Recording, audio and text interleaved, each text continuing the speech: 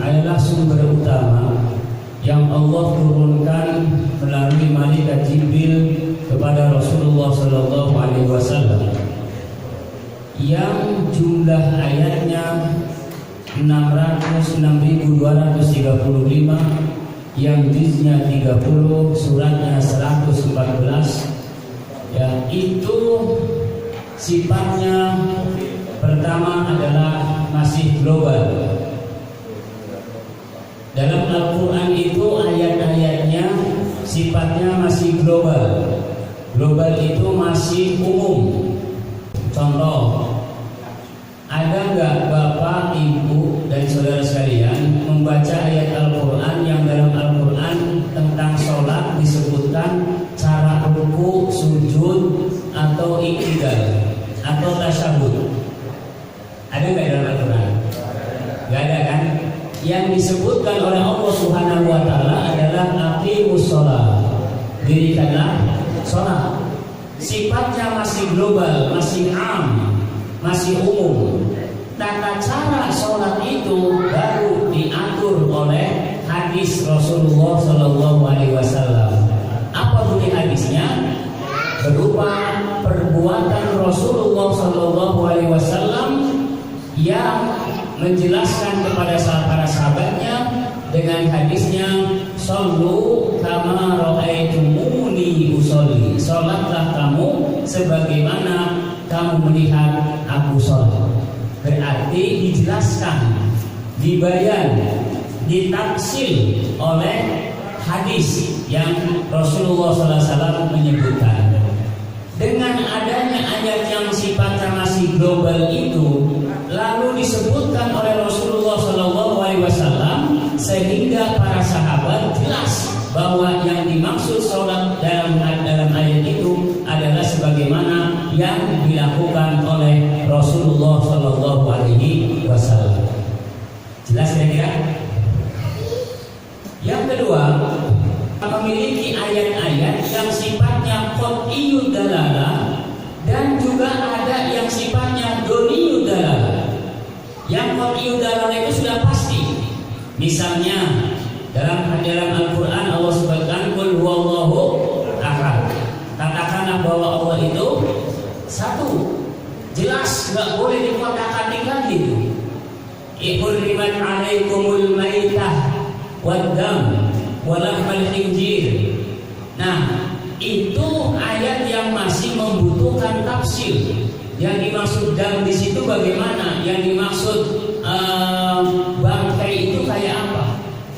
Kalau kita mempelajari ayat Al-Quran tanpa mempelajari hadis, maka akan rancu. Bahkan bisa saja itu akan bertentangan. Maitah itu artinya bangkai. Kalau kita tidak mempelajari hadisnya, berarti semua bangkai itu hukumnya haram. Bangkai manusia sudah jelas, bangkai kambing jelas, bangkai ayam haram.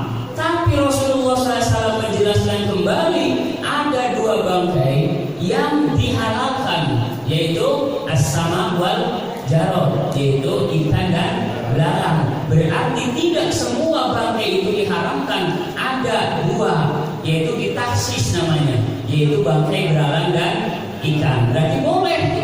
Tapi kalau kita tidak mempelajari hadis, wah bahaya itu. Berarti semuanya, termasuk ikan juga bangkai tidak boleh dimakan, belalang juga bangkai tidak boleh dimakan. Maka ditaksis, dikhususkan, ya, yang ditafsir, dibayan, dijelaskan oleh hadis Rasulullah SAW.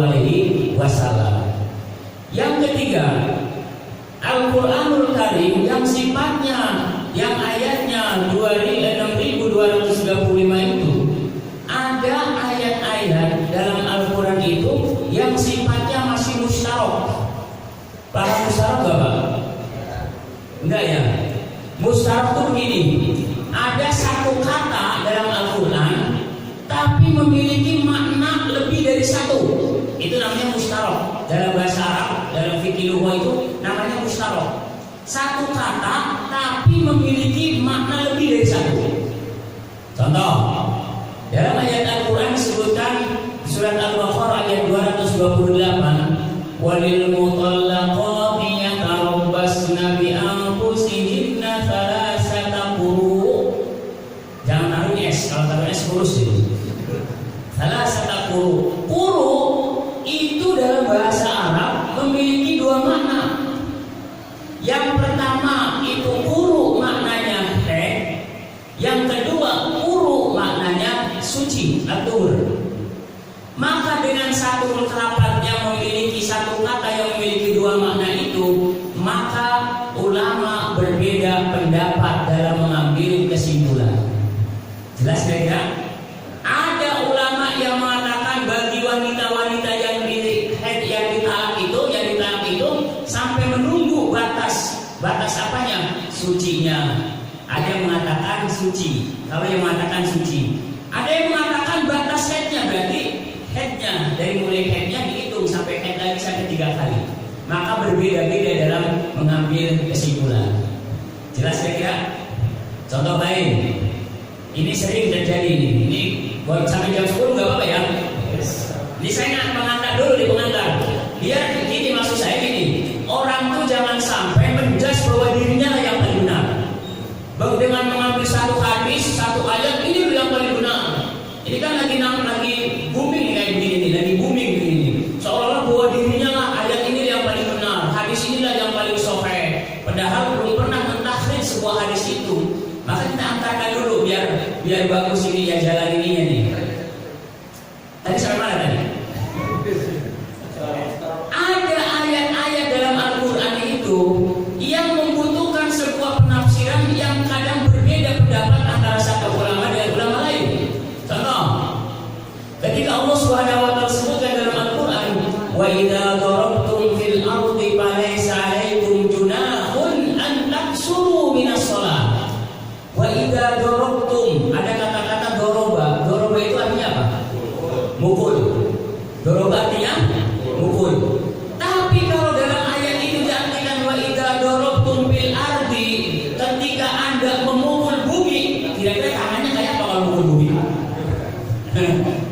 Maka kata doroba itu bukan artinya pukul, tapi artinya adalah pergi, berjalan. Wa idza darabtum fil ardi, ketika Anda berjalan, bepergian, falaysa 'alaikum junahun an taqsuru minas shalah, maka tidak ada dosa bagimu untuk mengqasar salat.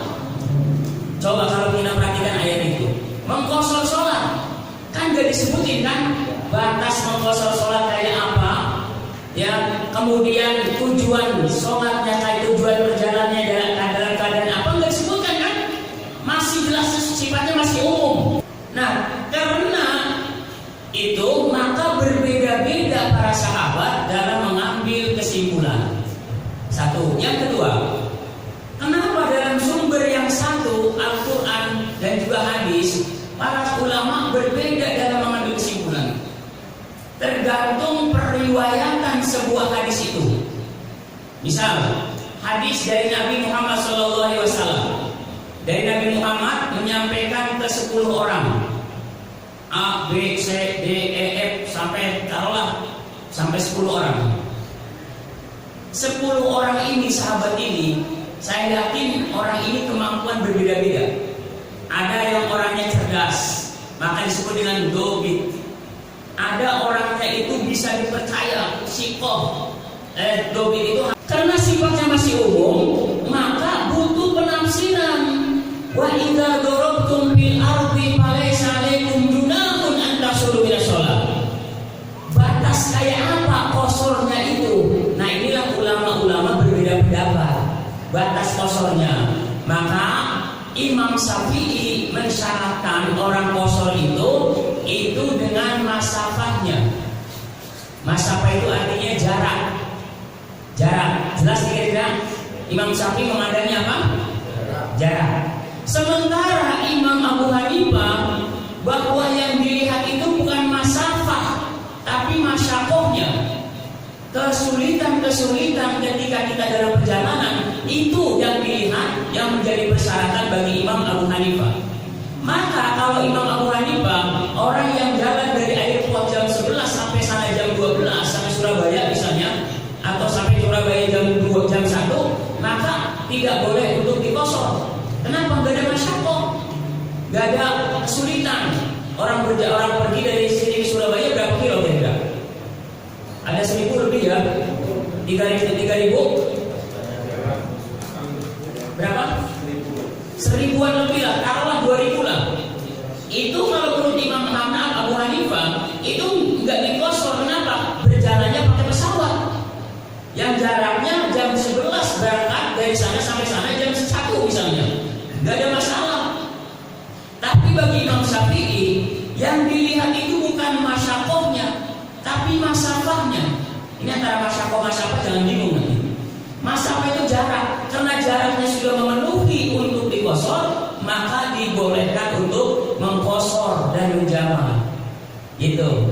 Sebaliknya kalau dari sini ke Blok M ternyata macet banget, kita berangkat jam 11, tiba-tiba sampai sana jam 5, karena macetnya, karena masyakoh sangat beratnya kita untuk pergian ke sana, macet berjubel sehingga nggak mungkin untuk kita melakukan sholat, maka menurut Imam Abu Hanifah boleh karena masyakohnya. Tapi karena menurut Imam Syafi'i tidak boleh. Menurut Imam Syafi'i tidak boleh. Kenapa? Jaraknya tidak memenuhi. Jelas kira-kira? Nah itulah, karena perbedaan itulah maka perbedaan mengambil kesimpulan dalam bahasa usul fiqh disebut dengan mengistinbat, mengambil sebuah hukum bisa berbeda. Itu Al-Quran. Jelas kira-kira? Nah sekarang ke hadis. Bapak dan saudara sekalian, hadis itu adalah ma'udiba rasulil qaulin au fi'lin au taqririn au sifatin. Sesuatu perbuatan, ucapan ma'udiba ila Rasulillah sallallahu alaihi wasallam min qaulin au fi'lin au taqririn au sifatin. Sesuatu ucapan, perbuatan, ketetapan, sifat, bahkan ada yang mengatakan lagi himmah, keinginan Rasulullah SAW, cita-cita Rasulullah SAW yang disandarkan kepada Rasul, itulah namanya hadis. Contoh yang qaulin, misalnya yang ucapan innamal a'malu binniyat, itu contoh ucapan tuh, bahwa sesungguhnya setiap perbuatan itu, setiap pekerjaan itu disertai dengan niat. Yang fi'il seperti tadi, shollu kama ra'aitumuni usolli, atau misalnya ketika orang jamaah haji itu udah manasik, ya cara manasik haji itu dipraktekkan oleh Rasulullah SAW, itulah yang berbentuk dengan fi'il. Ada yang kalau hadis itu yang berbentuk takrir, ketetapan Rasulullah SAW. Saya udah pernah jelasin dulu di sini ya. Ketika Rasulullah SAW habis perang, itu Rasulullah SAW ngomong pada para sahabat, wahai para sahabat, jangan kamu sholat sebelum kamu sampai ke suatu daerah namanya Quraido. Namanya Quraido.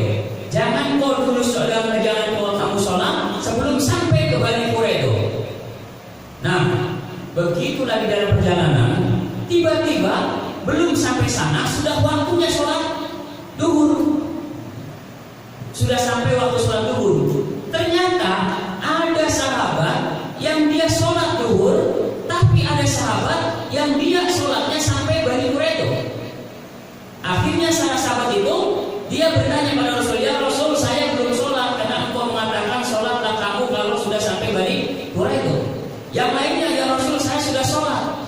Bagaimana ya Rasul? Ternyata Rasulullah SAW tidak menyalahkan orang itu, sahabat itu, dan tidak membenarkan juga sahabat ini. Semuanya benar. Itulah disebut dengan takrir Rasulullah SAW. Yang berikutnya adalah himmah, cita-cita Rasulullah SAW. Ini mungkin yang belum pernah dijelaskan ini. Sama mungkin Pak Ustaz belum pernah menjelaskan ini. Himmah itu keinginan Rasulullah SAW ingin mengadakan seperti itu, melakukan seperti itu, tapi Rasul nggak keburu melakukan itu. Contoh, puasa Asyura. Sering kan puasa Asyura kan? Rasulullah SAW sebenarnya ingin melakukan seperti itu, tapi Rasulullah SAW tidak sampai. Akhirnya Rasul mengatakan para sahabat ingin melakukan puasa seperti itu, ternyata tidak sampai. Akhirnya itulah namanya himmah Rasulullah SAW yang bisa dilakukan sebagai hujjah atau sebagai pegangan. Jadi ada seperti itu. Nah, dari hadis itulah maka para ulama berbeda suatu hadis. Kenapa? Karena runtutan dari hadis itu kan ada perawinya, ada sanadnya dalam hadis itu. Rasul misalnya mengatakan innamal a'malu binniyat. Itu sahabat-sahabat itu mendengar apa yang disampaikan oleh Rasulullah SAW. Sementara para sahabat itu berbeda-beda karakter, berbeda-beda pemahamannya, berbeda-beda kedobitannya, kecerdasannya, kelakuan sahabat juga berbeda-beda, sehingga apa yang disampaikan oleh Rasul tentu berbeda antara satu sahabat dengan sahabat lain. Saya sudah pernah jelaskan kalau nggak salah. Contoh saya menyampaikan seperti ini. Tentu ada bapak-bapak yang serius menyampaikannya, atau yang ada yang serius menerimanya, mendengarkannya. Tapi ada yang kelihatannya matanya melotot, tapi pikirannya mikir utang, ada. Seperti itu. Ada juga mungkin karena duduknya di belakang, ngantuk dan lain sebagainya, otomatis apa yang saya sampaikan berbeda-beda kan gitu. Sehingga para sahabat itu ketika Rasulullah SAW menyampaikan kepada para sahabatnya, maka sahabat itu menerimanya berbeda-beda. Maka dalam hadis itu ada disebut dengan at-tahammul wal adab. Bagaimana Rasulullah SAW menyampaikan para sahabat dan bagaimana para sahabat sendiri menerima apa yang dikatakan oleh Rasulullah SAW. Karena itulah, maka karena berbeda-bedanya para sahabat itu dalam menerima apa yang disampaikan oleh Rasul, maka berbeda-beda pula dalam mengambil kesimpulannya. Jelas kira-kira? Bisa dipercaya. Ada yang siko itu artinya hafalannya kuat gitu. Ya, dobit, siko. Orangnya itu bisa dipercaya. Ya, sangat-sangat dipercaya. Dan selain itu juga tidak ada ilau, tidak ada cacat. Nah, inilah yang dibahas oleh ilmu hadis, bagaimana kita mempelajari sebuah sahabat itu, seorang sahabat itu. Kan susah kan? Apakah sahabat ini dobit, cerdas? Apakah seorang ini sahabat ini siko, bisa dipercaya? Maka ada dalam ilmu hadis itu namanya ilmu rijalul hadis. Ini ada bukunya, ilmu rijalul hadis.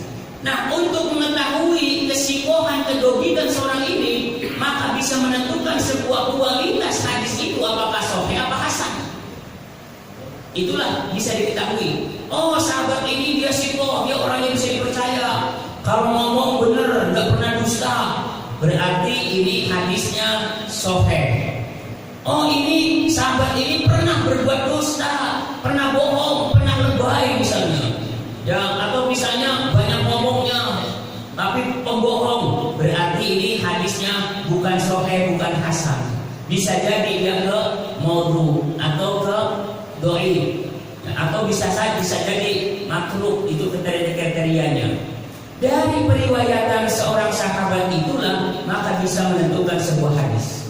Maka itulah susahnya orang belajar ilmu hadis. Maka ketika kita mendapatkan sebuah hadis itu, kita jangan juga ditelan-telan kata orang, oh ini doi, ini yang sahih. Perlu diteliti. Bagaimana cara menelitinya?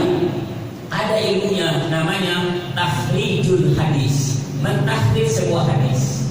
Kadang-kadang seorang ahli mengkritik kitab hadis atau hadis, antara satu dengan yang lainnya itu bisa saja berbeda. Saya ulangi, antara para pengkritik sebuah hadis atau naqdul hadis, satu ulama, satu cendekiawan, satu muhaddis dengan muhaddis lain bisa berbeda. Tergantung dia dari segi ngambil mananya. Karena itulah kadang kita sering membaca hadis, oh hadis ini didoifkan oleh A misalnya. Oh hadis ini disahihkan oleh B, ternyata oleh B disahihkan, oleh A didoifkan, oleh A disahihkan, oleh B didoifkan. Kita sering kan gitu ya, disahihkan oleh misal Al-Albani, disahihkan oleh Sahihain Bukhari Muslim, disahihkan oleh Al-Hakim, disahihkan oleh Abu Dawud, disahihkan oleh Tirmidzi, disahihkan oleh yang misalnya Ibnu Majah dan lain sebagainya. Itu kita berarti tergantung orang yang mengkaji sebuah hadis itu, pakai pisau mana dia mengkajinya. Maka berbeda-beda. Dan itulah sering terjadi itu. Oleh Albani disahihkan, oleh jumhur muhaddis didoifkan, oleh jumhur muhaddis disahihkan, oleh Albani didoifkan. Itu sering, atau ulama-ulama yang lain. Karena itu pengalaman akan belajar tahfiz hadis. Karena ada 5 metode cara mentahfiz hadis itu dan panjang waktunya. Itu harus ini. Nah, kita sekarang ke fokus ini baru permulaan nih. Kira-kira paham gak nih? Paham ya? Jadi biar alur pikirannya, oh ternyata begitu. Kenapa kok sampai ulama-ulama itu bisa berbeda-beda pendapat pengambilannya? Maka kata Rasul, ikhtilaful ummati rahmatun. Ya, perbedaan pendapat itu rahmat. Dengan perbedaan pendapat itu muncul berbagai macam ilmu-ilmu, berbagai macam kitab-kitab hadis, kritik-kritik hadis. Coba kalau gak ada perbedaan pendapat. Sekarang kan gak ada perbedaan pendapat, yang ada perbedaan pendapatan. Makanya antara satu orang dan lain beda-beda. Ini dapatnya sekian, ini pendapatannya sekian, beda dengan ini, akhirnya ribut. Kalau dulu pendapat yang beda itu bisa jadi hikmah, bisa jadi rahmat. Sekarang yang beda itu pendapatan, maka ribut itu. Ya, nah dari situlah maka perbedaan-perbedaan. Dan ketika kita mempelajari ilmu-ilmu Islam, keislaman, dalam hal ini adalah berkaitan dengan ibadah, muamalah, maka tentu kita sering mendapatkan hadis yang antara satu A, ulama A dengan ulama B bisa berbeda pendapatnya. Enggak aneh kayak begitu. Ya jangan, oh ini yang paling sahih, ini goib, gak boleh diamalin, kafir, musyrik, wah neraka, emang neraka punya anak moyang lo, gitu kan? Ya itu karena sambil berbeda-beda dalam sisi pengambilannya, dan itu wajar. Yang ini jalannya ini, yang ini jalannya ini. Contoh, ada dari Nabi Sallallahu Alaihi Wasallam lewat sahabat A, dan sahabat B lewat sahabat C. Yang ini ngambilnya dari sahabat C, yang ini ngambil dari sahabat B, yang ini ngambil dari sahabat A. Sama enggak dari Rasul enggak? Sama, tapi berbeda-beda ngambilnya jalannya gitu. Maka berbeda-beda pula dalam segi mengambil atau mengistinbatkan sebuah hukum. Jelas kira? Nah, termasuk di dalam kaitannya masalah kurban. Kita bahas kurban. Bismillahirrahmanirrahim. Kurban itu berasal daripada qoroba yaqrobu kurbanan. Qoroba itu dari bahasa Arab yang artinya adalah dekat. Maka kurban itu sesungguhnya adalah upaya untuk mendekatkan diri kita pada Allah Subhanahu wa taala. Itu arti sebenarnya adalah kurban. Arti secara bahasa kurban itu. Jadi segala sesuatu yang kita untuk mendekatkan diri pada Allah Subhanahu wa taala itulah disebut dengan kurban. Kurban berarti bisa jadi kalau dari pemahaman ini, dari pemahaman makna secara lughawi, secara bahasa, apa yang bisa mendekatkan diri kita pada Allah Subhanahu wa taala itulah disebut dengan kurban. Ya, kita ingin dekatkan diri pada Allah, itu disebut dengan kurban. Kurban dalam masalah fikih bisa disebut dengan al-udhiyah. Artinya apa? Hewan yang dikurbankan atau hewan yang disembelih yang dilakukan pada hari Idul Adha ataupun pada hari-hari tasyrik. Ma yudbahu minan na'ami taqarruban ila Allah min yaumil 'idi ila akhir ayyamit tasyrik. Bahwa udhiyah atau kurban itu adalah hewan yang disembelih dengan tujuan mendekatkan diri pada Allah Subhanahu wa taala pada hari Idul Adha sampai pada akhir hari-hari ayyamut tasyrik. Ayyamut tasyrik berarti 11, 12, 13. Jadi kalau masih tanggal 13 masih boleh. Masih boleh. Kalau seandainya tanggal 11 boleh. Tapi kalau sudah akhir, sudah tanggal 14 misalnya, sudah nggak boleh lagi. Gimana kalau kita melakukannya sebelum atau setelah terbit matahari? Boleh nggak orang kurban? Nanti kita jelaskan, sabar. Jadi itulah sebut dengan udhiyah, menyembelih sesuatu atau hewan untuk mendekatkan diri pada Allah Subhanahu wa taala sejak hari Idul Adha sampai hari tasyrik. Berarti tanggal 10, 11, 12, 13. Ya, 10 itu namanya hari Idul Adha, 11, 12, 13 itu namanya ayyamut tasyrik, hari tasyrik. Nah, dalam hari tasyrik ini juga tidak diperbolehkan dan diharamkan untuk berpuasa. Jangan mentang-mentang rajin puasa, hari tasyrik 11, 12, 13 Zulhijjah puasa. Jangan, nggak boleh ya. Itulah sebut kurban. Jadi bentuknya hewan. Pertanyaannya adalah hewan yang kayak apa? Nah, itu yang menjadi perselisihan. Nanti kita jelaskan. Kapan ibadah kurban itu disyariatkan? Ibadah kurban disyariatkan itu pada tahun kedua Hijriah. Itu mulai syariatkan. Bahkan sebenarnya secara dari aspek historis, aspek sejarah, bahwa kurban itu sesungguhnya sudah berlaku pada masa anaknya Nabi Adam. Dalam Al-Quran kata kurban itu bisa menggunakan 3 bahasa. Bisa menggunakan kata kurban, bisa menggunakan kata ad-dabh, ya bisa juga menggunakan kata adhiyah atau udhiyah. Itu disebutkan. Contoh dalam Al-Quran bisa menggunakan kata kurban. Ketika anaknya Nabi Adam, namanya siapa? Habil dan Qabil. Yang satu dapat yang jelek, dapatnya yang cantik. Yang ganteng dapatnya yang jelek. Itu sudah berlaku biasa, Pak. Ya, kadang-kadang seperti itu. Bapak ngincer anak, ngincer kakaknya nih. Ya, ngincer kakaknya. Ya, tiba-tiba dapat adiknya yang jelek. Atau ngincernya misalnya ngincernya adiknya, tiba-tiba dapatnya kakaknya. Bukan pengalaman, bukan. Ada seperti itu kadang-kadang gitu ya. Iya, itu udah biasa, udah berlaku seperti itu. Ada kadang itu. Nah, ini akhirnya diperintahkan untuk watlu alaihim naba abna Adam bil haqqi fa qurban wa taqabbal min ahli wa taqabbal min al-akhar. Ini sejarahnya kurban jadi dulu sudah ada itu. Maka sudah ada kurban. Di kurban itu sudah dari zaman dulu sudah ada. Bahkan Nabi Ibrahim alaihissalam ya ketika diperintahkan oleh Allah Subhanahu wa taala untuk menyembelih anaknya yang namanya siapa? Ismail, itu menggunakan ad-dabh. Falamma balagha ma'ahu sa'ya qala ya bunayya inni ara fil manam anni adbahuka fanzur madza tara. Itu sejarah munculnya tentang kurban sampai ya disyariatkannya kurban itu. Dasar hukum kurban itu pertama berdasarkan Al-Quranul Karim. Kita lihat dalam surat Al-Kautsar yang persingkat kita hafalkan, Inna a'tayna fasholli li rabbika inna syani'aka wal abtar. Nah, ini fasholli li rabbika wanhar. Ada dalam Al-Quran itu menggunakan anhar. Maka disebut dengan yaumun nahar, ya hari kurban. Jadi bisa menggunakan kata ad-dabh, bisa menggunakan kata kurban, bisa juga menggunakan kata nahar. Ya, itu artinya menyembelih atau berkurban. Dalam ayat lain Allah Subhanahu wa taala sebutkan dalam surat Al-Hajj ayat 36, Allah Subhanahu wa taala menyebutkan wal bunna ja'alnaha lakum min sya'airillah, dan telah kami jadikan unta-unta buat kamu sebagian dari syiar Allah Subhanahu wa taala.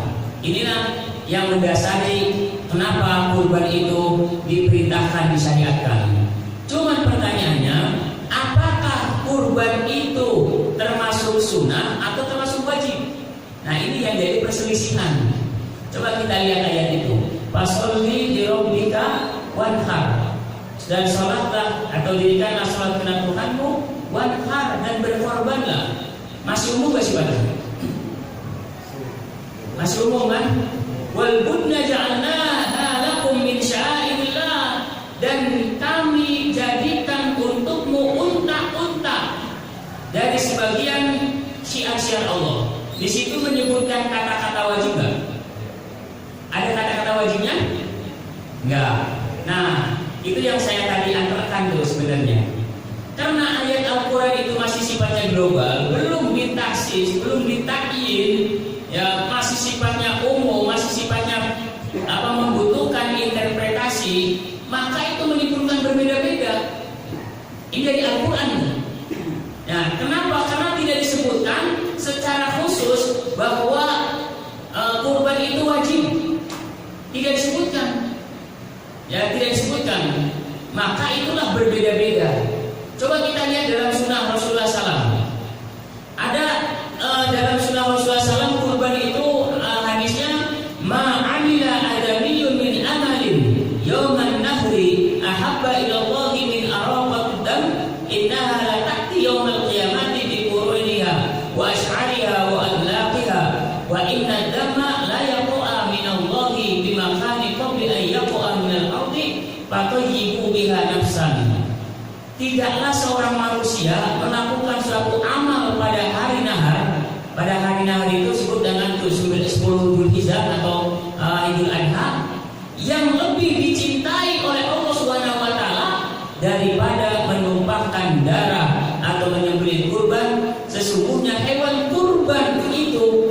ta'ti yaumal qiyamati, dia akan datang pada hari kiamat dengan tanduk, dengan bulu dan kukunya.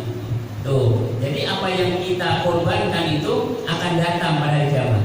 Dan Allah Subhanahu wa taala telah menerima niat berkurban itu sebelum darahnya jatuh ke tanah. Jadi Allah Subhanahu wa taala akan menerima niat orang kurban itu sebelum darah kambing atau unta atau sapi yang kita kurbankan itu belum sampai jatuh ke tanah darahnya. Insyaallah itu. Makanya kalau kita punya duit, ayo berkurban lah. Ya. Di samping itu ada hadis lain yang diriwayatkan oleh Anas bin Malik. Doa Rasulullah sallallahu alaihi wasallam di kabshain amrahaini aqranain faraitu wadi'an qadamahu ala sawahiha yusamma wa yukabbiru pada bahuma biyadihi. Bahwa Rasulullah SAW berkorban 2 ekor kambing, 2 ekor domba yang berwarna putih bersih dan bertanduk bagus. Kata Imam Malik, aku melihat Rasulullah SAW meletakkan kakinya ke atas sisi tanduk kanan hewan kurban itu sambil menyebut nama Allah Subhanahu wa taala dan bertakbir. Dan Rasulullah sallallahu alaihi wasallam menyembelih kedua hewan kurban itu dengan tangannya sendiri. Nah, inilah dijadikan hadis ya, bahwa hadis ini menunjukkan kurban itu adalah suatu amalan ibadah yang dicintai oleh Allah Subhanahu wa taala. Allah akan menerima pahala kurban sebelum darah hewan kurban yang disembelih itu menetes ke tanah. Subhanallah. Hanya banyak-banyak tak berkurban. Ya, kalau nggak ada ya kurban perasaan ya Bapak. Nah, ini yang menjadikan sebuah dalil ya disyariatkannya kurban. Pertanyaannya adalah, apakah hukum kurban itu wajib apa tidak? Itu kan, karena di situ dalam hadis itu tidak di dalam hadis dan ayat Allah Subhanahu wa taala yang saya sebutkan tadi tidak menyebutkan secara tersurat ya, secara tersurat yang menjelaskan tentang wajibnya orang berkurban. Tidak ada kan yang saya sebutkan tadi kan? Enggak ada wajib kurban itu atau sunnah kurban itu. Tapi Rasulullah SAW mengatakannya bahwa kurban itu suatu ibadah yang lebih dicintai oleh Allah Subhanahu wa taala. Karena itulah maka berbeda-beda ulama, berbeda-beda para imam-imam mujtahid dalam rangka mengambil kesimpulan, mengambil hukum dari hukum kurban tersebut. Jumhur ulama, Imam Malik, Imam Abu Hanifah, Imam Malik, Imam Ahmad bin Hanbal, Imam Syafi'i menyebutkan bahwa kurban itu hukumnya sunnah. Bahkan Imam Syafi'i menyebutnya, berpendapat bahwa hukum kurban itu adalah sunnah muakkadah. Apa sunnah muakkadah itu? Sunnah yang selalu ditekankan, dianjurkan oleh Rasulullah SAW. Rasulullah SAW selalu melakukan itu, kecuali ada uzur. Tapi Rasulullah SAW itu selalu melakukan. Contoh yang sunnah muakkadah itu, sholat berjamaah. Rasulullah SAW itu tidak pernah meninggalkan sholat berjamaah. Sampai Rasulullah SAW meninggal saja tidak pernah meninggalkan sholat berjamaah. Maka sholat berjamaah itu hukumnya adalah sunnah muakkadah. Begitupun kurban, Rasulullah SAW tidak pernah meninggalkan sampai mau hayatnya. Jadi selalu menganjurkan, selalu menekankan untuk melakukan kurban. Maka kurban itu ada ulama yang mengatakan hukumnya adalah sunnah muakkadah. Sementara Imam Abu Hanifah itu beliau menyatakan bahwa kurban itu hukumnya wajib. Berarti bedakan ulama kan? Maka itu saya tadi antarkan dulu tuh. Dan kalau sekali itu kan udah paham kan? Oh ternyata larinya ke situ gitu. Jadi beda-beda mengambil sebuah ayat Al-Quran yang belum jelas secara jelas hukumnya, itulah maka berbeda-beda. Saya sebutkan tadi ayat Al-Quran 2 ya, fasholli lirabbika wanhar dan wal budna ja'alnaha lakum min sya'airillah. Tidak ditekankan atau tidak ada kata-kata wajib di situ. Jelas gak? Ataupun dalam sunnah tidak dijelaskan itu wajibnya. Dalam hadis tidak dijelaskan itu wajibnya atau sunnahnya. Dan amalan itu yang dicintai oleh Allah Subhanahu wa taala. Maka Imam Abu Hanifah beliau mengatakan bahwa kurban itu adalah hukumnya wajib. Dari mana dia mengambilnya? Karena ngambilnya dari kata wanhar dan berkorbanlah. Berkorbanlah, wanhar itu adalah fi'il amar. Fi'il amar itu kata perintah.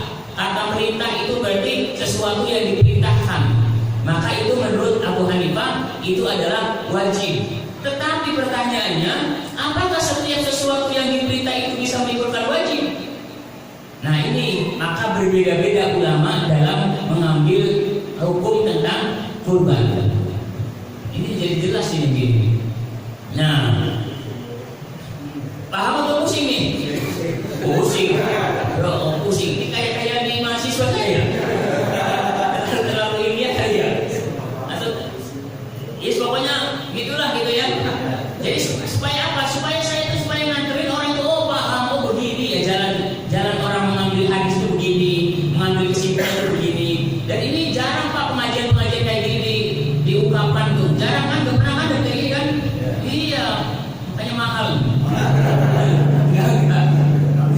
Saya pokoknya enggak usah ini lah. Nah jadi dari situlah maka berbeda-beda ulama dalam mengambil hukum Islam. Ini biar inilah kayak orang kuliah nggak apa-apa, biar nggak tahu oh caranya begitu. Karena jujur aja Pak, orang ini gara-gara ribut karena tidak paham tentang bagaimana mengambil hukum ini kayak apa, ya kan? Taunya apa? Ini dari gurunya kayak begini diikuti, ya kan gitu kan? Kata gurunya begini, hadis ini sahih, ikuti, sehingga nyalain orang lain, ya kan? Padahal ulama beda-beda aja nggak ada yang nyalain itu, ya kan? Itu baru ngomong sudah nyalain orang ini, seolah-olah bahwa dirinya yang paling sahih hadisnya. Nah ini perlu kita belajar seperti itu gitu, supaya kita ini jadi manusia yang wise, yang bijaksana menilai sebuah permasalahan gitu. Jangan gampang menyalahkan orang. Ini kadang-kadang kena didoktrinnya begini harus begini, begitu gitu. Sementara belum dapat apa-apa ilmunya, baru dapatnya itu, ya udah. Begitu ngomong orang, wah macam-macam tuh. Padahal baru tahunya kulitnya gitu, belum ke dalamnya. Nah ini saya arahkan dulu biar oh caranya begini. Jadi itulah dari sini itulah maka berbeda-beda. Nah karena itulah ada hadis yang mengatakan ini pas banget ini diriwayatkan oleh Imam Ahmad dan Hakim dan Daruqutni. Salasun hunna alayya faridatun walakum tatawwu'un al-witru wan nahru wa sholatud duha. 3 perkara yang wajib bagiku. Berarti bagi siapa tuh? Bagi Rasul. Ada sesuatu yang bagi Rasul itu wajib, bagi Rasul itu boleh, tapi nggak boleh bagi kita. Contoh, Rasul istrinya berapa? 9 atau 11? 11. Bagi Rasul boleh, tapi kita jangan niru. Ya, jangan niru. Utama saya mau sunnah Rasul, istrinya 11. Ya kita nggak mampu kayak Rasul. Kayak apa kita bisa adil? Ya kan? Satu aja kadang-kadang pusing, apalagi 2, 3 kan? Apalagi 11. Nah itu jangan ditiru. Tentang sunnah Rasul, salah satunya apa? Nikah, bila nikah aja sunnah Rasul. Yang bila yang lain ada. Nah, jadi ada yang wajib bagi Rasul itu. Nah, 3 perkara yang wajib bagi Rasul, tetapi bagi kita itu sunnah. Nah inilah ulama yang mengambil bahwa kurban itu hukumnya sunnah.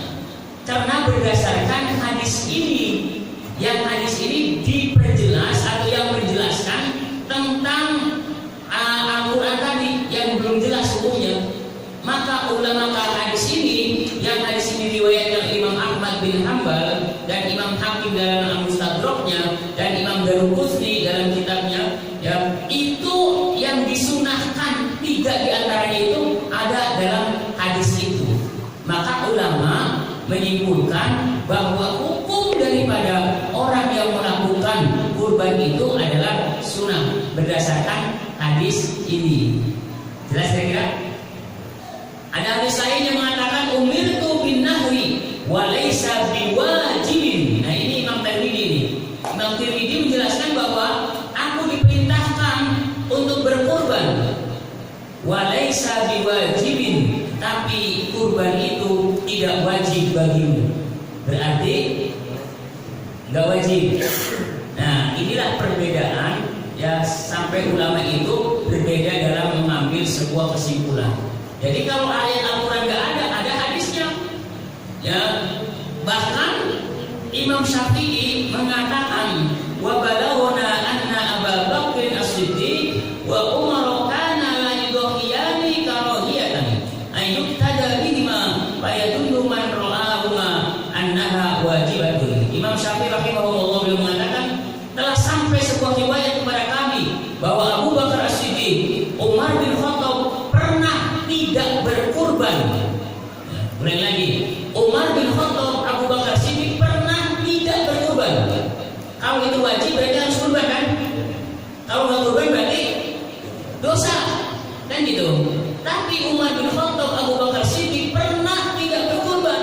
Kenapa tidak berkurban? Karena tidak ingin dilihat oleh orang bahwa kurban itu adalah wajib.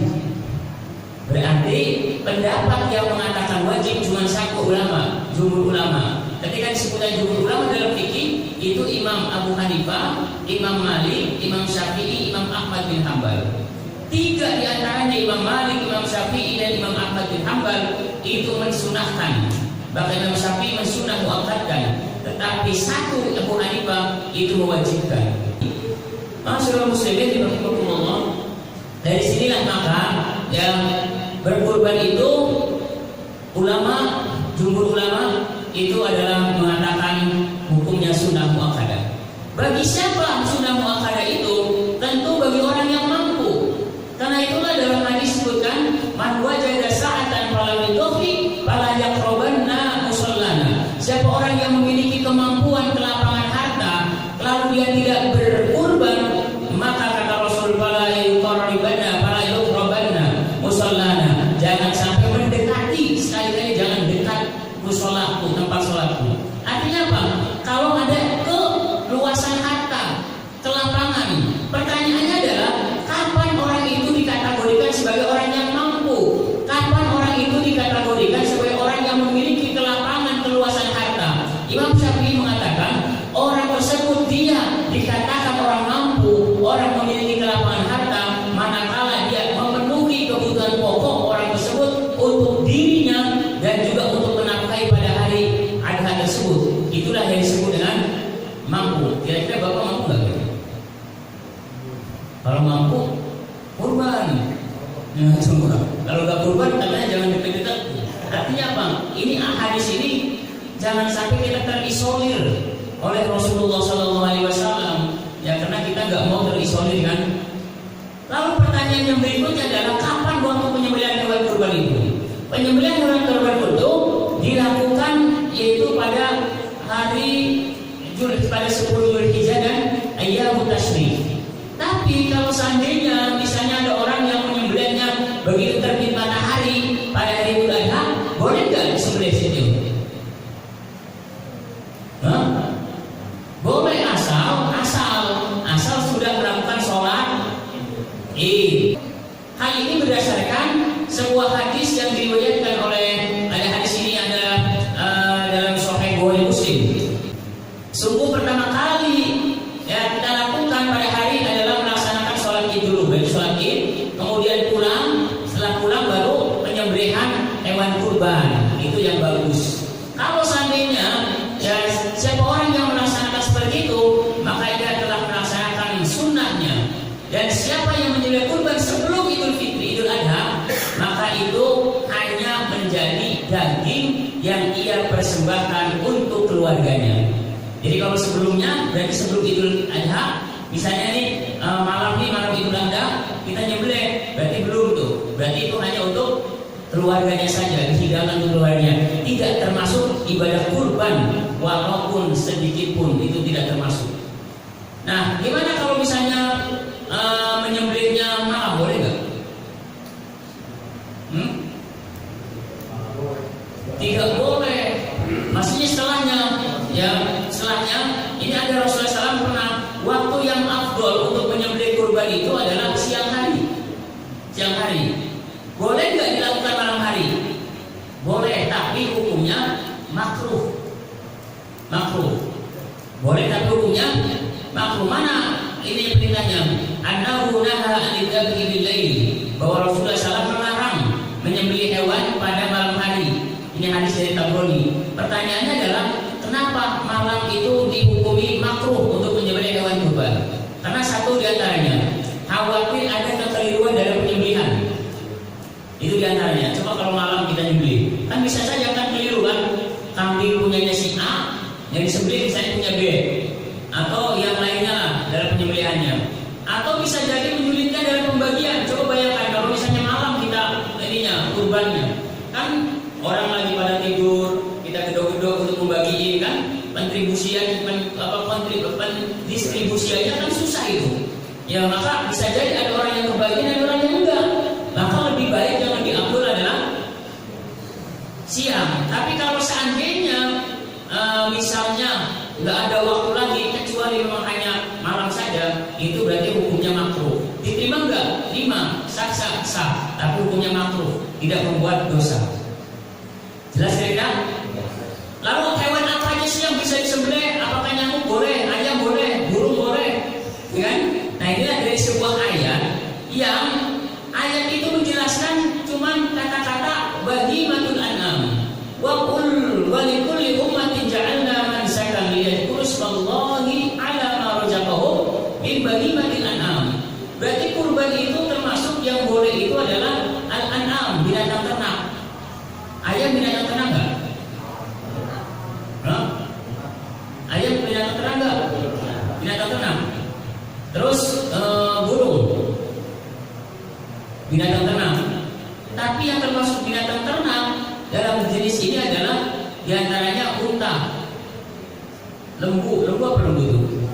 Sapi ya. Sapi itu boleh itu, unta, sapi, kebanyakan sapi. Termasuk kerbau juga boleh itu. Ya kerbau, yang misalnya nggak ada sapi kerbau nggak apa-apa.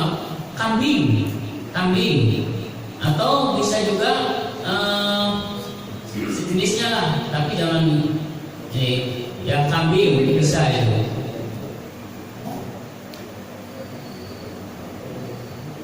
Nah karena itulah Rasulullah SAW belum pernah menjelaskan kurban selain daripada tadi unta, sapi, kerbau, kambing. Ya walaupun katanya ada orang katanya, tapi saya belum pernah membaca ya, belum pernah, cuman katanya kalau kita ini beli ayam tapi 40 ayam sama dengan satu kambing. Saya belum tahu tuh penjelasan kayak itu. Dulu pernah dengar kayak gitu, cuman begitu baca-baca nggak pernah ada penjelasannya. Dan itu dijelaskan oleh Rasul, hewan-hewan itu yang termasuk gitu, unta, yang kambing, sapi, kerbau itu. Tentunya yang paling utama itu ya, yang paling utama untuk kurban itu pertama unta. Kalau nggak ada unta, sapi. Kalau unta mungkin di sana adanya ya, kita di sini nggak pernah ada. Unta itu kan dari kata anta ya, anta dari unta ya. Kemudian domba, kambing ya, itulah hewan-hewan yang paling banyak. Kenapa pertanyaannya itu ini? Karena itulah hewan yang paling banyak dan dagingnya paling banyak. Dan daging-daging itulah yang akan diberikan untuk orang fakir miskin. Usia unta itu bisa jadi buat kurban itu 5 tahun dan masuk ke usia ke 6 tahun. Kalau sapi atau kambing itu sudah genap 2 tahun. Jadi kalau masih umurnya 1 tahun itu jangan diberi kurban itu. Karena terlalu buru-buru, artinya baru 1 tahun di kurban kan. Nah itu jangan. Ya, jadi memasuki umur 2 tahun atau hari ketiga itu kambing atau domba sama masuki umur yang kedua. Kemudian kalau dalam kitab-kitab fikih itu sudah bahasanya kupak atau kupak. Ininya giginya itu lebih bagus lagi yang bertanduk. Dan tanduknya, maka itu tanduk itu kan menjadi saksi. Nah untuk berkurban ya masih banyak ininya. Apakah cukup untuk 1 orang 1 kambing atau 7 orang 1 ini? Jadi boleh seperti itu. Ya bahkan ada sebuah riwayat yang diriwayatkan oleh Muslim dalam sebuah hadisnya, Rasulullah SAW naharna ma Rasulillah SAW amal Hudaybiyah al-budna an sab'atin wal baqara an sab'atin. Jadi menyembelih unta itu 7 ya untuk 7 orang dan 1 ekor sapi untuk 7 orang. Itu udah kebanyakan dari 7 orang. Ya kalau kambing ada yang mengatakan 1 saja. Tapi pernah Rasulullah SAW, ya Rasul ini bagi Rasul, orang menyembelih, Rasul pernah menyembelih ya 2 kambing atau 1 kambing itu untuk diri Nabi Muhammad dan juga untuk keluarga Nabi Muhammad. Ini ada sebuah hadis yang mengatakan dari Aisyah, anna Nabi sallallahu alaihi wasallam duha bi kabshin an Muhammadin wa ali Muhammadin wa duha bi kabshin amrayn yaqranain ahaduma min Muhammadin wa ummatihi. Nabi Muhammad pernah berkurban 1 ekor domba itu untuk dirinya dan juga keluarga Nabi Muhammad, dan menyembelih 2 ekor kambing atau domba itu yang berwarna putih bertanduk, salah satunya itu untuk dirinya Nabi Muhammad dan juga untuk umatnya. Ini karena Nabi Muhammad, jangan sekali lagi yang ditiru ya, Nabi Muhammad. Tapi ada yang mengatakan bahwa seorang sahabat juga mengatakan karena rajul bi ahli Nabi sallallahu alaihi wasallam bisyadin anhu wal ahli baitihi wa yaquluna mit'imun. Ada seorang laki-laki pada masa Rasulullah SAW berkurban 1 ekor kambing untuk dirinya dan juga untuk ahli keluarganya. Maka dia memakannya dan membagikan daging tersebut. Kita langsung atau ini untuk persyaratan ya penyembelihan itu, satu diantaranya ya ada 4 persyaratannya itu. Hewan yang bisa disembelih itu, hewannya itu tidak cacat, yaitu hewan yang tidak boleh dan menderita sakit pada kakinya. Jadi kalau pincang ya itu jangan disembelih itu. Ya ada misalnya tadinya nggak pincang, begitu berantem sama teman-temannya di kandang tiba-tiba pincang, itu jangan disembelih itu. Menurut hadis ini nggak bisa, itu namanya arja ya, nggak boleh. Atau misalnya buta ya, buta misalnya hewan tersebut buta, itu nggak boleh, sudah jelas butanya, matanya sudah jelas buta. Atau hewan itu bisa saja misalnya sangat kurus ya, kurus itu jangan di kurban. Ini kadang-kadang mohon maaf ada orang kurban karena seperti memisah kurban kurus banget kambingnya ya, sampai gak ada dagingnya ya. Jadi jangan, syarat-syarat diantaranya.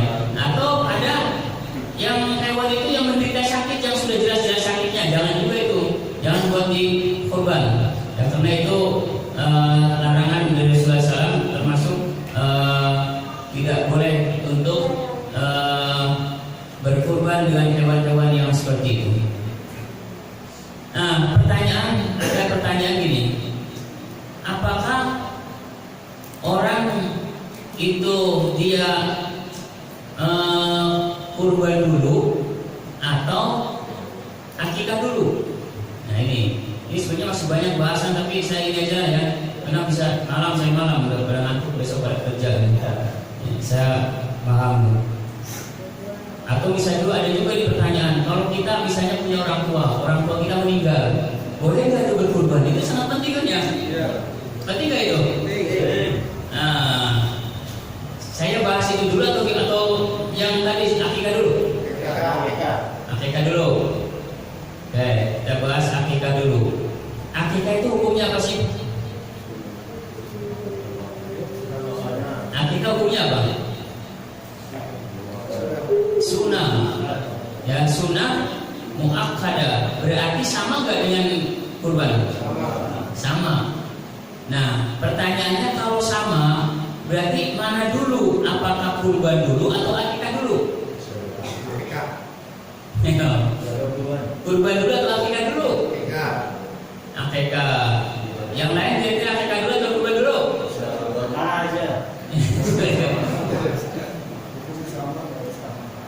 Akikah dulu atau kurban dulu? Kalau kurban itu kan ada waktunya. Ya, kurban ada waktunya kan? Kalau akikah ada waktunya nggak? Nggak ada. Kalau akikah itu diwajibkan atau dianjurkan untuk orang tua atau untuk orang tersebut? Orang tua atau orang tersebut? Nah, untuk orang tua. Ya, kullu mauludin rohina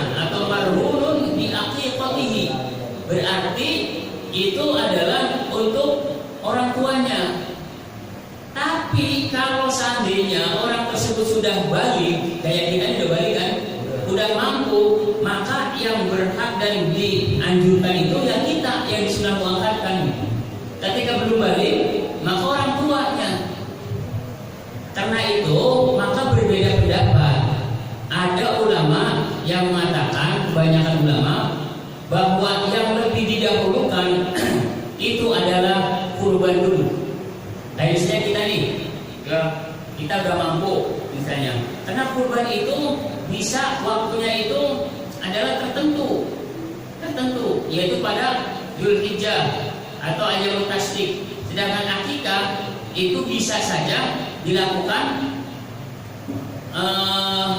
kapan saja.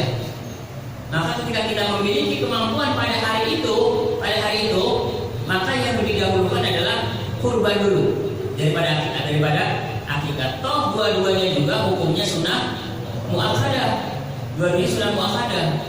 Dan yang namanya akikah itu dianjurkan, dibebankan kepada orang tuanya. Ya, tapi kalau sudah dewasa, sudah balik, maka itulah urusan dirinya sendiri itu. Nah, tapi kebanyakan yang saya baca-baca itu lebih didahulukan kurban dulu kalau kita memiliki pada saat itu. Kita saat itu, karena kurban itu waktunya adalah sudah tertentu gitu. Nah, contoh ini ada pendapat begini, orang yang belum akikah boleh melaksanakan ibadah kurban dengan beberapa alasan. Pertama, karena hukum akikah dan kurban itu sama-sama sunnah muakkadah. Kurban sunnah muakkadah, akikah juga sunnah muakkadah. Yang kedua, karena akikah itu kewajiban orang tua terhadap anaknya. Mestinya begitu orang tua punya anak, seperti bagaimana Rasulullah SAW itu mengakikahkan Hasan dan Husain pada hari ke-7 sambil memberikan nama. Nah, kalau nggak sampai hari ke-7, ke-13 atau ke-17 itu nggak jadi masalah sampai batas balik. Itulah yang menjadi tanggungan daripada orang tua. Nah, jadi bukan merupakan kewajiban terhadap dirinya sendiri. Berdasarkan sebuah hadis yang mengatakan, kullu ghulamin raghinatun bi aqiqatihi tudbahu anhu yauma sabihi wa yukhlaqu wa yusamma. Inilah hadis tentang akikah. Maka akikah itu kalau ada permasalahan apakah kurban dulu atau akikah, maka itu lebih baik pada hari itu, ya pada hari nahar itu lebih baik daripada kurban dulu daripada akikah. Kan tidak selamanya kita nggak punya kan, bisa jadi pada hari itu kita punya kurban dulu. Mungkin bisa jadi ke depan kita misalnya atau bulan-bulan yang berikutnya kita bisa akikah gitu. Nah, pertanyaan yang kedua, bagaimana hukumnya menyembelih hewan kurban untuk orang yang telah meninggal dunia? Misalnya saya punya orang tua nih, orang tua saya sudah meninggal, saya mau mengorbankan ini buat orang tua, kan banyak kayak gitu ya. Karena kita sudah untuk ibu kita sudah, untuk istri kita sudah, anak-anak kita sudah, maka kita korban buat orang tua. Ada beberapa pendapat, sebagaimana tadi saya sebutkan ya. Jadi kalau ada beberapa pendapat, kita nggak usah tabu lah ya. Karena udah tadi ada beberapa pendapat menurut mazhab Syafi'i tidak boleh berkurban untuk orang yang telah meninggal dunia, kecuali jika orang yang telah meninggal dunia itu dia berwasiat sebelum meninggal. Misalnya nih, saya berwasiat nanti kalau saat saya meninggal tolong saya kurbanin ya. Nah, bukan kurbanin bukan, maksudnya sembelihin hewan kurban. Nah, itu harus dilaksanakan itu, karena itu termasuk wasiat ya. Sebagaimana Allah berfirman, wa anna laisa lil insani illa ma sa'a. Bahwa sungguhnya seorang manusia itu tidak memperoleh hanya apa yang telah diusahakan. Jadi jika orang tersebut telah meninggal dunia, meninggalkan wasiat, maka orang yang menerima wasiat itu harus melaksanakannya.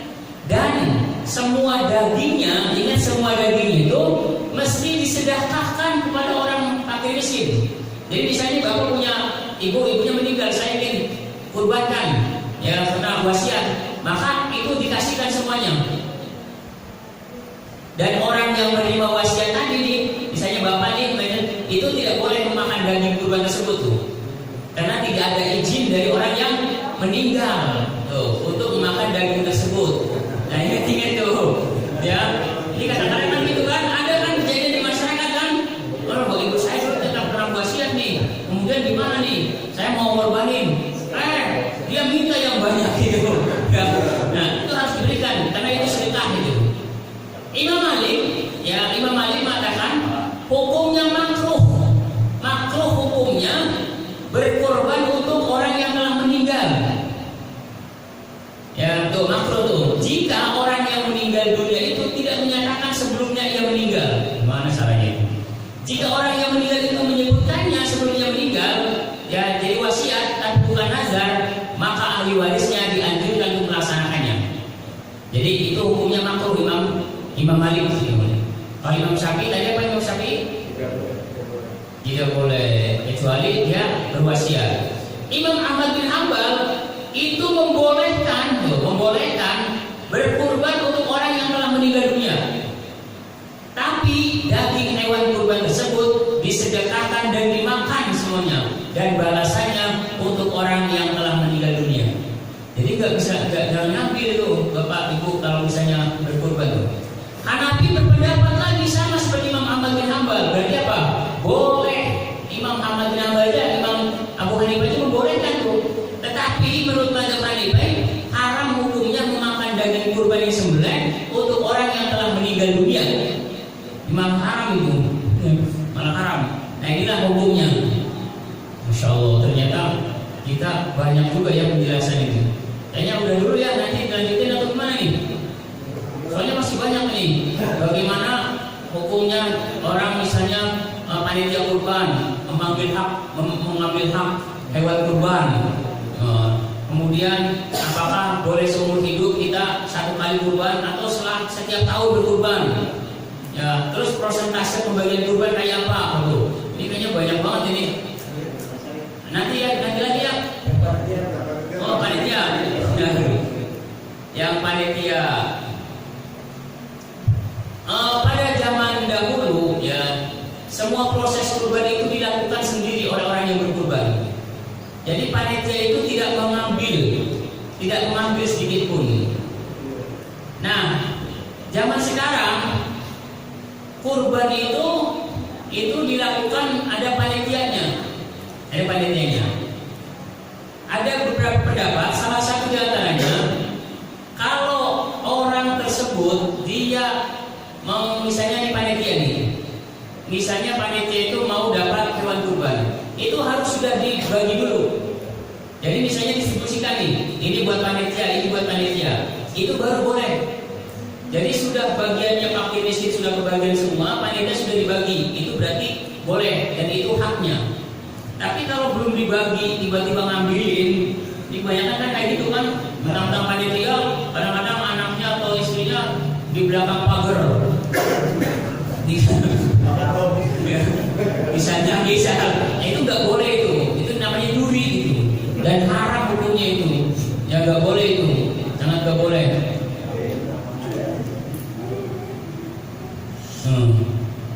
Jadi termasuk nih yang merawat hewan kurban menjelang hari penyembelihan dan proses penyembelihan hewan kurban, ada kurban distribusi daging hewan kurban pernah ditugaskan Rasulullah pada sahabat, yaitu Imam Ali radhiyallahu anhu, Uqbah bin Amir. Dengan perkembangan zaman dan perubahan sosial sekarang ini, tidak semua orang memiliki waktu luang untuk melakukan proses ibadah kurban tersebut. Maka sekelompok masyarakat membentuk panitia kurban. Panitia kurban tidak memiliki hak apa-apa terhadap daging kurban yang mereka kelola. Ingat tuh. Berarti apa yang mereka lakukan itu murni sebagai aktivitas sukarela dan hanya mengharapkan balasan dari Allah Subhanahu wa taala.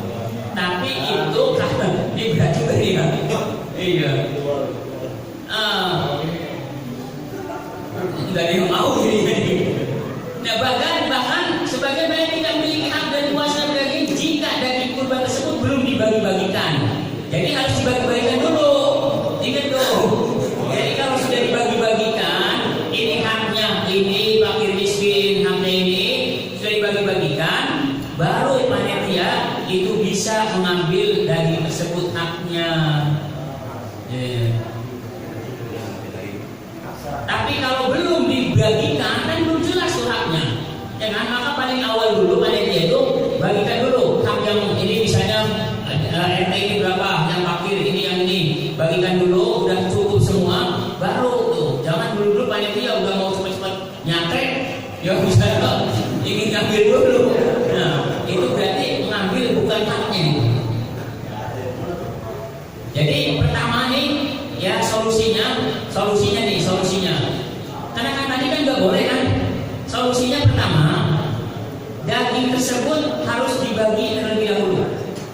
Kalau sudah dibagi-bagi, udah hak fakir miskin sekian, udah dapat kebagian semua, maka baru panitia, karena sudah punya hak bagikan. Yang kedua, jika di antara panitia tersebut ada yang berkurban, kemudian ia mengikhlaskan bagian atau jatahnya untuk dimasak, maka itu diperbolehkan.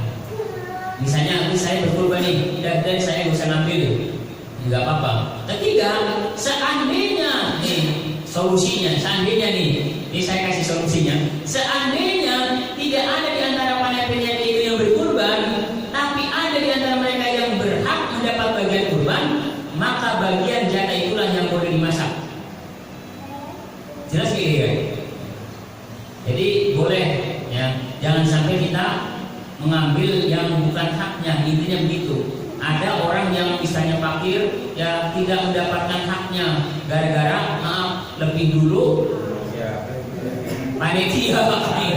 Ya kadang-kadang kan panitia begitu kan, merasa capek kan, udah ngambil aja dulu kan.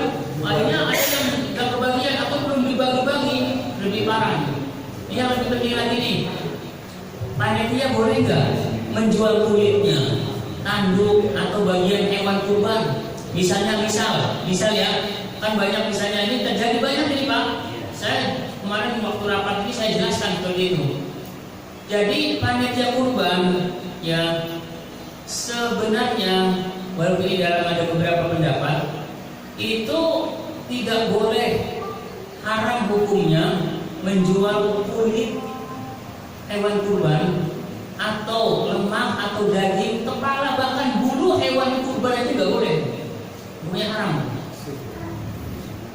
Nah dulu, jangan dulu.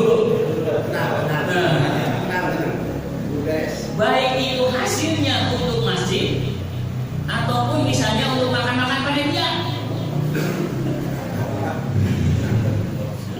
Ini berdasarkan sebuah hadis yang mengatakan, man ba'a jilda udhiyatin fala udhiyata lahu. Siapa yang menjual kulit hewan kurbannya, maka berarti ia tidak berkurban. Aila yasilu sawab lahu as-sawab, tidak mendapatkan pahala, faedah daripada kurban, karena dianggap dia tidak berkurban.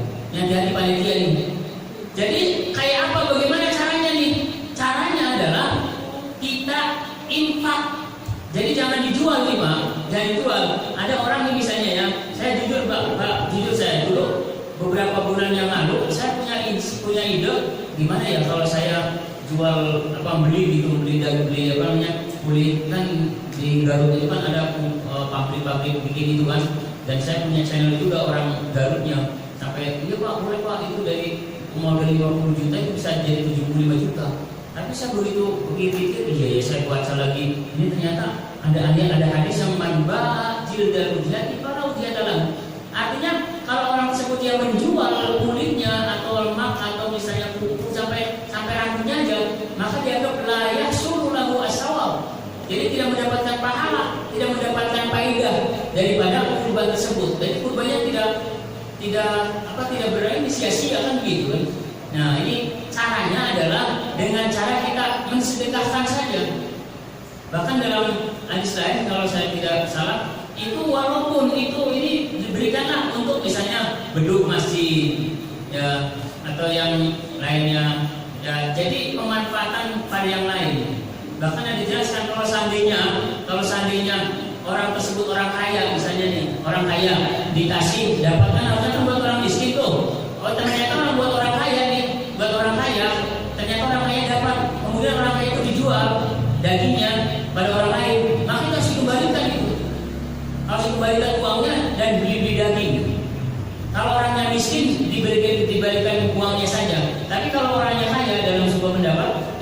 dibalikin dagingnya dan uangnya. Jadi beli daging, duitnya dibalikin. Tanya itu hati-hati, ya hati-hati. Nah ini masih banyak nih, udah gimana nih? Bagaimana hukumnya pembagian kambing untuk orang Kristen? Waduh, masih banyak nanti ya.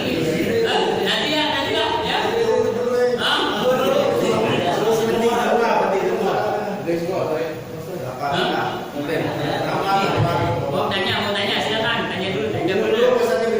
Minum dulu ya. Ini sampai jam 10 nih. Ya silakan. Jadi sekarang ini kan agak susah ya mencari skill ya. Sementara dari itu kan banyak. Jadi yang sekarang adalah dari itu dibagikan ke semua warga. Punya bagaimana? Yang pertama, yang kedua, tidak bisa kami dari jamaah yang itu tidak bisa. Apabila hewan kambing atau sapi yang tergantung di jurang atau masuk ke lubang sumur dan tidak bisa dikeluarkan, diangkat. Bagaimana caranya hewan tersebut agar bisa mati dengan halal?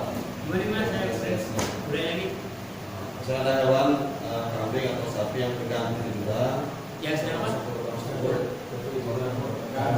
Tergantung di jurang.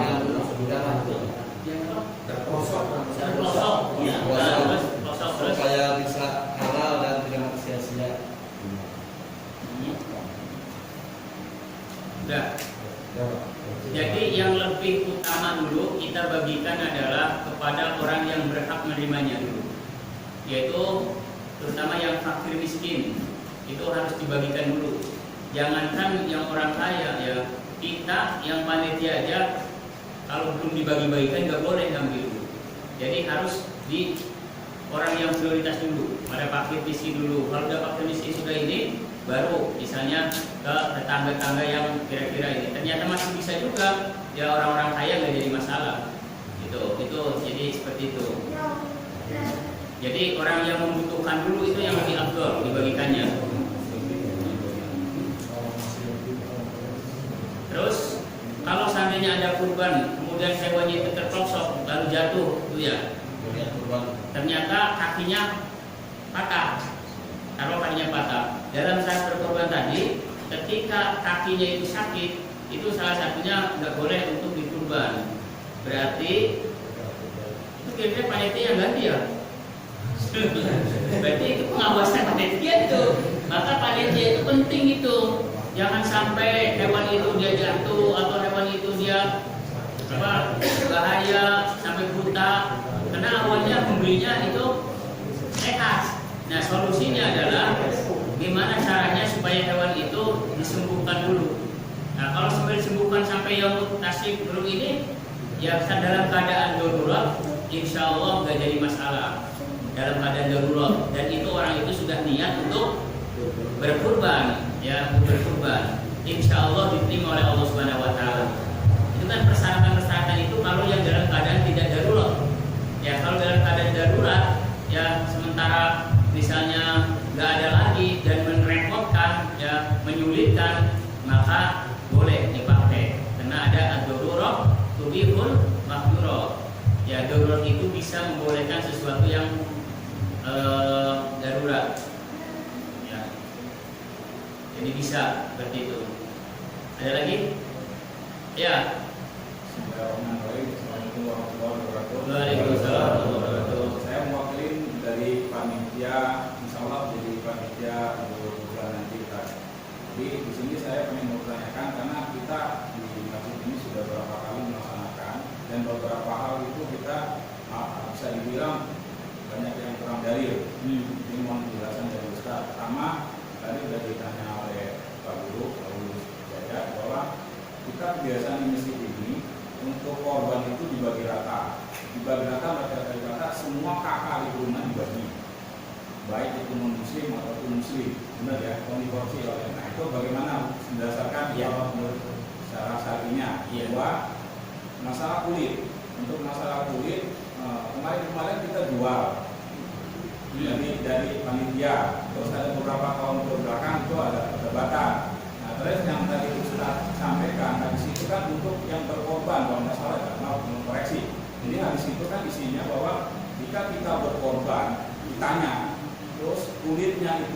dijual itu sama kita berkorban. Nah situ kan panitia bukan yang berkorban tapi pelaksana. Nah saya ada pernah dengar salah satu ulama ngomong kalau yang berkorban itu sudah menginfakkan ke panitia itu nggak boleh, nggak apa-apa dijual kata ulama itu. Jadi hadis itu khususnya untuk orang yang berkorban katanya.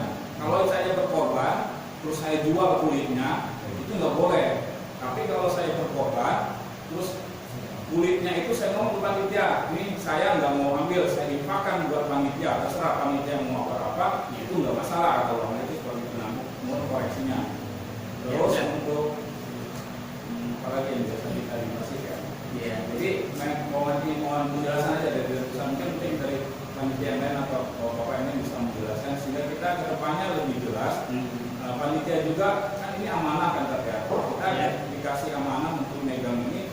Jujur aja kalau saya pribadi ngeri-ngeri sedap gitu kan, karena nggak segampang di dunia aja nih bakal ditanyain, akan di akhirat pun ditanyain. Makanya kalaupun ada jatah panitia itu kata Ustaz tadi kita harusnya duluin gitu kan, yang pakai miskin atau apa, karena kalau pakai miskin bisa pakai data zakat fitrah, kita punya data zakat fitrah kan.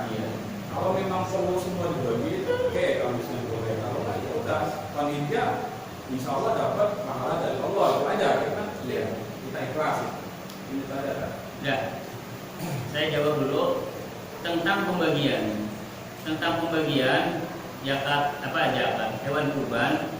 Kalau untuk yang lebih didahulukan adalah yang fakir miskin, itu yang didahulukan.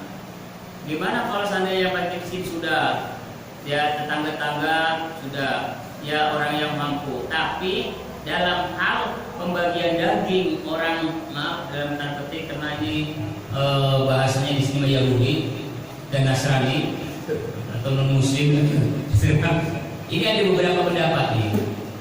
Menurut pendapat Imam Malik, makruh hukumnya memberikan daging hewan kurban kepada orang Nasrani. Mazhab Hanafi boleh membagikan daging hewan kurban kepada orang kafir jika kurban tersebut adalah kurban sunnah. Sedangkan kalau kurbannya wajib, maka tidak boleh diberikan kepada orang kafir walaupun sedikit pun. Jelas ya? Nah, Imam Syafi'i yang pernah saya baca itu tidak membolehkan. Nah, jelas ya. Kemudian yang dimaksud adalah menjual itu sebenarnya bukan hanya orang yang kurbannya. Kenapa? Karena orang kurban itu gak mungkin dia misalnya saya kurban nih, tolong kulitnya buat saya, mau saya jual, gak mungkin. Yang biasanya menjual itu yang dipermasalahkan adalah justru panitia.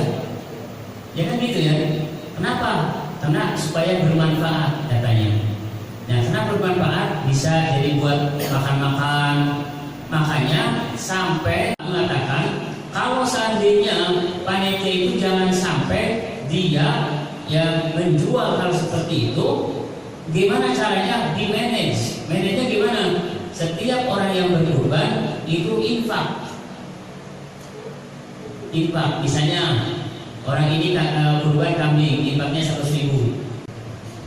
Satu itu ya. Yang kedua, kalau seandainya supaya bisa bermanfaat, maka gimana caranya supaya kulit itu disatukan aja? Misalnya dengan apa supaya bisa bermanfaat? Itu. Ada sesuatu yang pokoknya dimanfaatkan, jangan sampai dijual. Jadi bahasanya bukan hanya untuk orang yang kurban, tapi juga buat panitia. Supaya apa? Jangan sampai kita memakan yang tidak haknya. Ya Pak Peter. Apakah panitia kurban boleh menjual kulit, tanduk dan bagian lain dari hewan kurban, kemudian hasil penjualannya untuk masjid? Begini ya. Pada dasarnya hak milik kulit, tanduk dan lain sebagainya adalah hak orang yang berkurban. Jelas? Haram hukumnya menjual kulit, lemak, daging, kepala termasuk nih, dan bulu hewan kurban. Ini ada rujukannya. Hal ini ya sebagaimana hadis yang diriwayatkan oleh Imam Hakim. Man ba'a jilda udhiyati fala udhiyata lahu. Artinya orang tersebut dia tidak mendapatkan pahala dari kurbannya. Ingat nih, tidak mendapatkan pahala dari kurbannya. Saya tadi jelasin itu ya. Nah, bagaimana kalau orang yang berkurban boleh memanfaatkan kulit hewan kurbannya? Paham gak nih? Boleh memanfaatkan hewan kurbannya. Bahkan ini dalil dari Aisyah, pernah membuat kulit hewan kurbannya itu untuk tempat air. Berarti ada manfaatnya. Jadi tidak dijual itu. Jadi dimanfaatkan.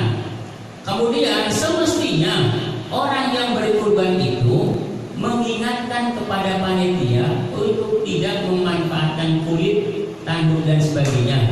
Karena kulit dan tanduk itu adalah hak miliknya. Hanya dia boleh mensedekahkan atau memanfaatkannya. Akan tetapi yang lebih afdol jika ia sedekahkan kepada orang-orang yang membutuhkan. Misal tadi ini ada kulit nih, kulit daripada dimubazir kita sedekahkan pada orang yang membutuhkan, gitu, itu boleh. Atau misalnya kita jangan ada transaksi bahwa kulit ini dijual gitu aja bahasanya. Jangan dijual, jangan saya jual. Kalau seandainya orang itu manfaatkan, silakan manfaatkan, tapi jangan dijual. Kalau bapak mau infak silakan, gitu. Infak sedekah. Ya, saya sedekah aja. Nih, saya sedekah ke masjid. Gitu.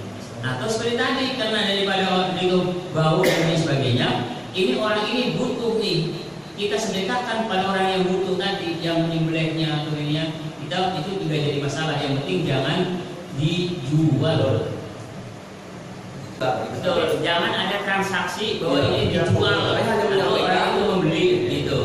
Kan yang tidak boleh itu menjual belikan gitu. Ya kalau dia misalnya ini bapak duit saya kasih aja, ini bapak butuh. Nah dia misalnya mau berinfak silakan, jangan harus ini bayar satu ininya sekian. Nah itu kan tidak boleh gitu. Nah itu.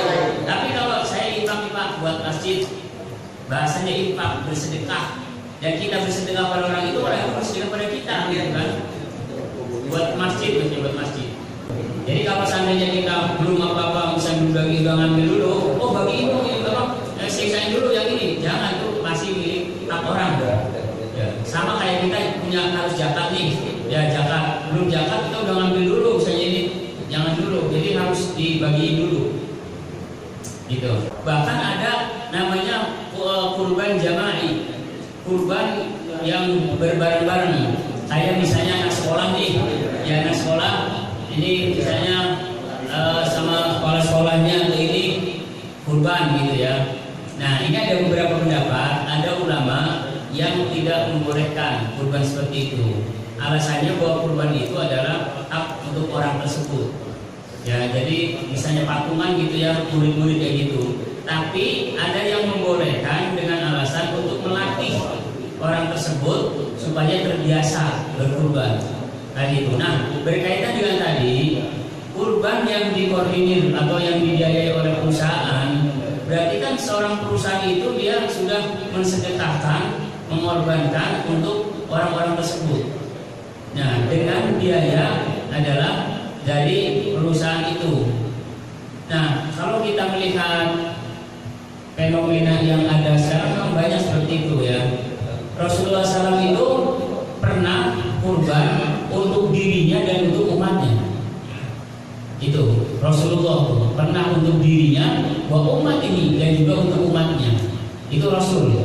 Kalau orang sebut itu berdasarkan seperti hadis itu, maka kurban yang dari perusahaan untuk anggotanya atau untuk karyawannya maka dibolehkan atas budi baik orang tersebut berdasarkan hadis tadi.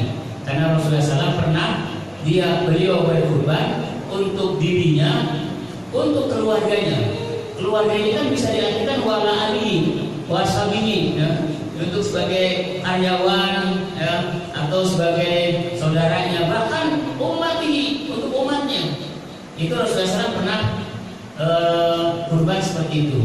Nah, ada yang berpendapat ulama yang membolehkan karena itu untuk umatnya. Rasulullah SAW pernah kurban seperti itu.